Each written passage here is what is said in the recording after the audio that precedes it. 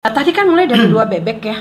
Kemarin sempat kita lihat sama-sama itu kalau di full storage-nya itu saya lihat ya, di full storage-nya tuh kan banyak sekali. Sekarang tuh rata-rata sebulan tuh bisa sampai berapa banyak bebek yang bisa dijual.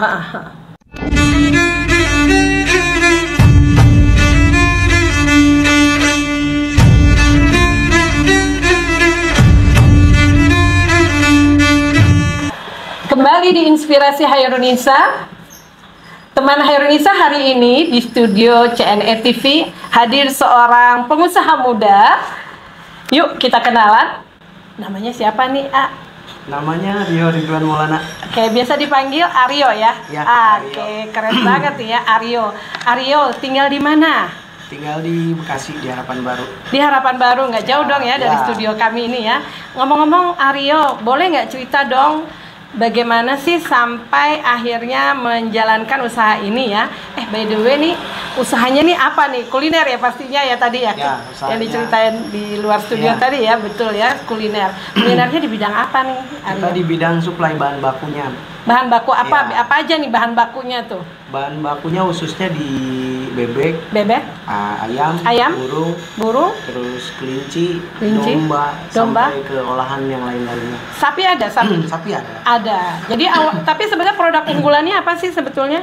Kalau produk unggulan kita bebek packing. Bebek packing. Memang bebek packing ini lagi viral banget ya sekarang ya, orang mencari bebek di mana-mana. Usaha warung makan atau restoran bebek juga menjamur di mana-mana. Nah, jadi sehari-harinya memang kebutuhan untuk mensuplai kebutuhan di rumah makan atau rumah-rumah nih?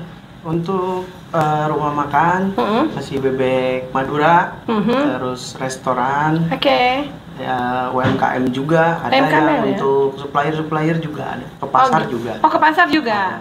Nah, boleh dong cerita sedikit, Aryo, awalnya nih sampai bisnis sebagai supplier bebek dan segala produk-produk olahan lainnya itu awalnya dari mana nih?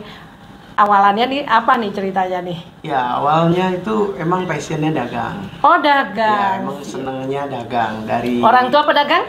Orang tua usaha. Oh, usaha. Wirausaha di bidang apa tuh? Di bidang manufaktur. Oh, manufaktur. Ya. Waduh. Jadi malah Aryo sekarang ambil jalurnya sebagai pedagang ya? Sebagai pedagang. Oke, terus gimana? Jadi emang dari kecil sukanya dagang, dari SMP itu udah mulai dagang. Dari SMP? Dari SMP. Luar biasa nih, memang biasanya kalau jadi pedagang itu minatnya itu biasa mulai kelihatan dari masih umur SMP, SD, bahkan ada yang SD loh. Iya, punya passion di situ. Passion di situ ya. Seneng aja kalau dagang tuh enak. Kenapa senang dagang? Waktu masih kecil ingat nggak? Kenapa sih mau dagang? Ya seneng aja kalau ada orang beli terus kasih uang ke kita bisa kumpulin gitu, seneng aja. Gitu ya. Daripada minta ke orang tua gitu kan. Gitu ya. Lebih sendiri. Begitu gitu. dapat uang tuh itu apa ya, bisa melewati tantangan bagaimana menjual lalu mendapat uang ya. Imbalannya tuh sesuatu banget ya buat seorang pedagang ya. Jadi memang dari SMP udah biasa jualan ya. Udah jualan. Keren. Terus lanjut. Terus ya mulai dagang. Dulu kan kalau SMP saya kan di Bandung. Lahirnya di Bandung. Iya. SD di Bekasi, SMP ke Bandung. Nah, di Bandung itu kan orang tua kasih uang jajan. Iya. Tapi kan kita juga pengen lebih. Iya. Nah, daripada minta lagi kan gak enak sama orang tua. Ya udah apa ya, dagang deh. Kebetulan dulu seneng dagang, apa aja saya dagangin gitu. Jadi modalnya tuh dari uang saku yang diberikan orang tua ya. Aduh, keren nih. Gitu. Terus dagang, kemudian seneng, ya akhirnya bisa tuh mulai bisa jualan. Nah, terus pendidikan lanjut terus SMA, kuliah. Orang tua karena punya usaha, pengennya anaknya nerusin. Kebetulan aku anak pertama. Di mana-mana orang tua gitu ya. Apalagi punya usaha ya. Maunya dikasih terusin sama anak-anaknya. Jangan-jangan sekolahnya juga di sekolahin tuh gimana caranya bisa dapat ilmu yang mungkin orang tua nggak sempat belajar. Anaknya disekolahin supaya bisa nerusin. Betul. Nah, sekolahnya apa waktu itu? Kuliahnya? Dikuliahin di Polman Polman Bandung. IPB. Ya, ITB. ITB ya, sorry ITB Bandung. ya. Bandung. Oke, terus? Di kuliahinnya di Polman. Oke. Itu kan jurusannya sama usahanya Bapak. Iya, iya. Manufaktur juga. ya. Jadi harapan orang tua itu setelah lulus kuliah bisa nerusin usaha orang tua. Iya, ceritanya nih harapan indah dari orang tua. Iya. Kenyataannya, ya Allah. Ya, saya ikut dulu. Ikut dulu. Wah, anak yang soleh itu namanya. Ikut Ya. dulu. Oke. Tapi namanya hati gimana ya, Bu? Namanya hati, kita senangnya dagang. Oke. Ini bekerja gitu, produksi. Akhirnya timbul bentrok terus gitu. Bentrok dalam tanda kutip sama orang tua tuh perbedaan pendapat. Oke. Terus kaum milenial pengennya A, orang tua B gitu. Iya, Suka berbeda gitu. Iya, Akhirnya betul. ya udah, aku mutusin untuk coba deh, mungkin salah di aku gitu.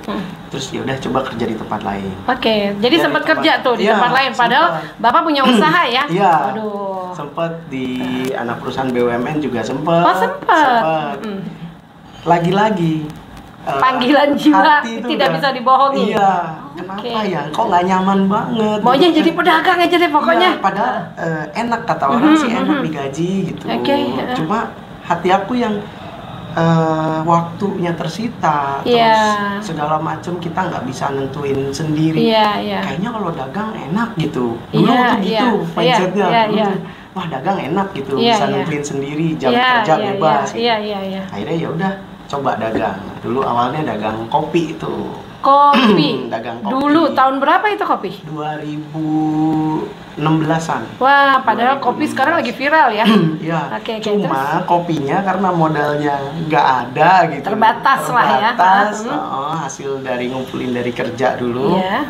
Jualanlah kopi di pasar malam dekat Dekat rumah. dekat Oke. Dia habis kuliah tuh pindah dulu tuh ke Oke. Bekasi lagi. Iya, pulang lah ya kembali. Pulang.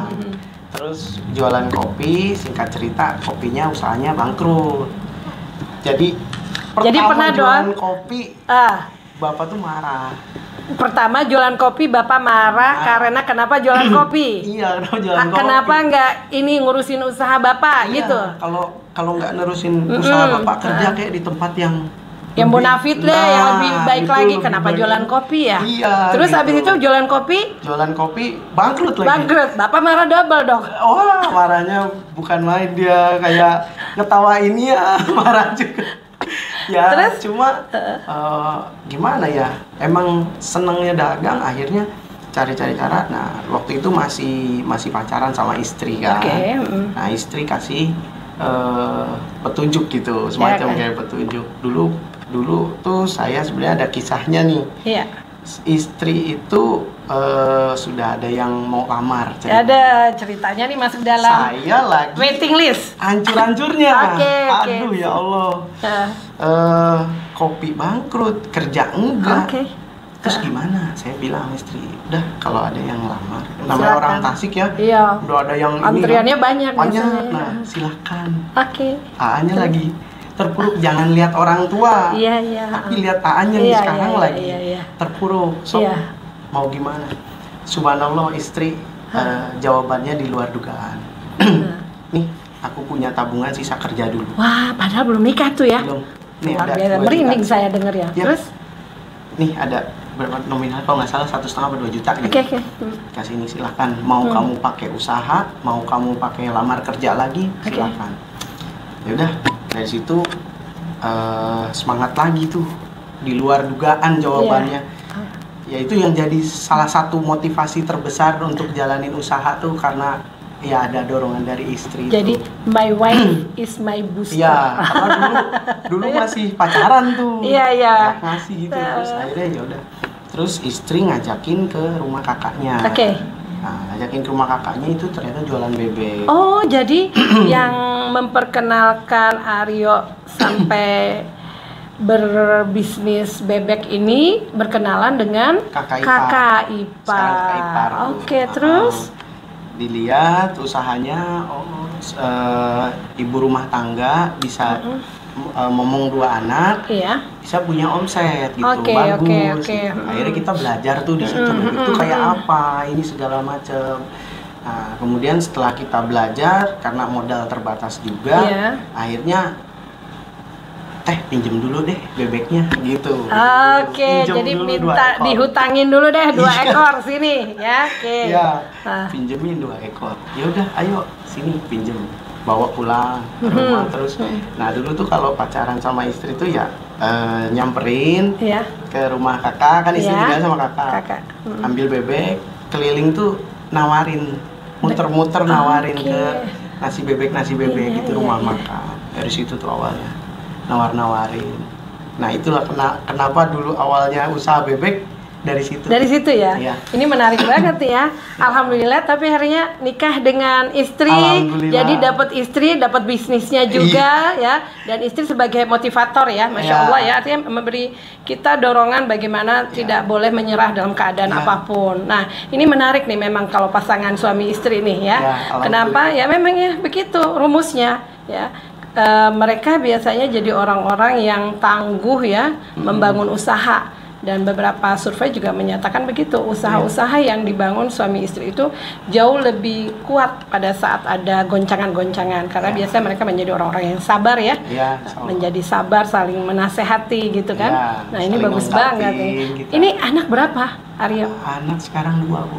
Sekarang 2, karena kata ada sekarang berarti nanti mau nambah ya? belum dulu. Belum dulu ya. belum kepikiran. Ya, belum kepikiran. Ya, baru.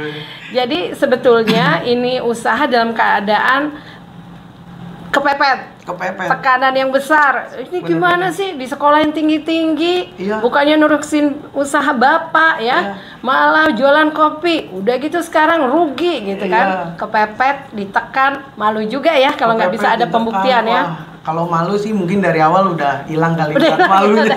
udah. Apalagi Iya. sama bapak ya udahlah Ya, pokoknya. udah. Oke, Ya, oke. akhirnya karena mindset kita dibangun ya, kalau pengusaha itu kan jadikan apa yang buruk jadi baik gitu. Iya, betul, betul, betul. Yang tadinya Bapak marahin itu jangan dianggap Bapak tuh marahin, tapi buat jadi motivasi suatu saat Oke. bukti ini bisa berhasil. Iya benar. Nah tadi kan mulai dari 2 bebek ya, 2 bebek, 2 ekor bebek ya. Sekarang itu boleh dikata berapa banyak bebek tuh yang kemarin sempat kita lihat sama-sama itu kalau di full storage-nya itu saya lihat ya di full storage-nya tuh kan banyak sekali.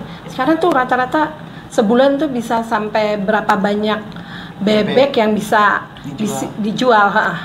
Alhamdulillah kalau sekarang per hari sekitar 200 sampai 300. 200 sampai 300 ekor per hari. luar biasa, masya Allah. Berarti Alhamdulillah. masya Allah, alhamdulillah. Jadi memang diawali dengan tadi kondisi kepepet itu, ditambah lagi ada yang memberi motivasi adalah ya belahan jiwa kita ya, beda ya gitu. Apalagi dia perempuan ya, pasti kita juga harus sungguh-sungguh tidak saja memberi motivasi tapi juga menitipkan sejumlah uang ya, untuk modal kita ya. Aduh, Aryo luar biasa nih, beruntung ya. Masya Allah. Nah, istri sampai sekarang masih mendampingi untuk bersama-sama dalam mengelola usaha.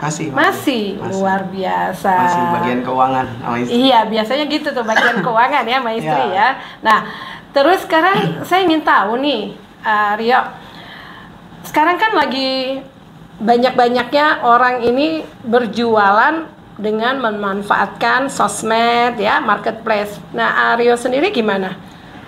Kita ada digital marketingnya di toko online Tokopedia. Tokopedia, Tokped ya. Selain itu di mana lagi? Boleh. Oh iya, nama usahanya kita ya. Enak banget ngobrol tanpa cerita nih. Usahanya namanya apa nih? Nama brandnya nih? Nirwana Sukses Sejahtera. Oh, Nirwana Sukses Sejahtera. Dicatat ya. Ada kata sejahtera di belakangnya, ada kata Nirwana di depannya. Oke. Nah, ada di Tokped. Di Tokped brandnya juga sama. Nama tokonya ini. Nirwana Sukses Sejahtera. Ada 2 kita. Ada 2. Di Bekasi sama di Jakarta. Oke. Nah, kalau tokonya sendiri real yang sekarang ini ya, kantornya katakan atau ininya apa, storage-nya selain di Harapan Baru di mana lagi?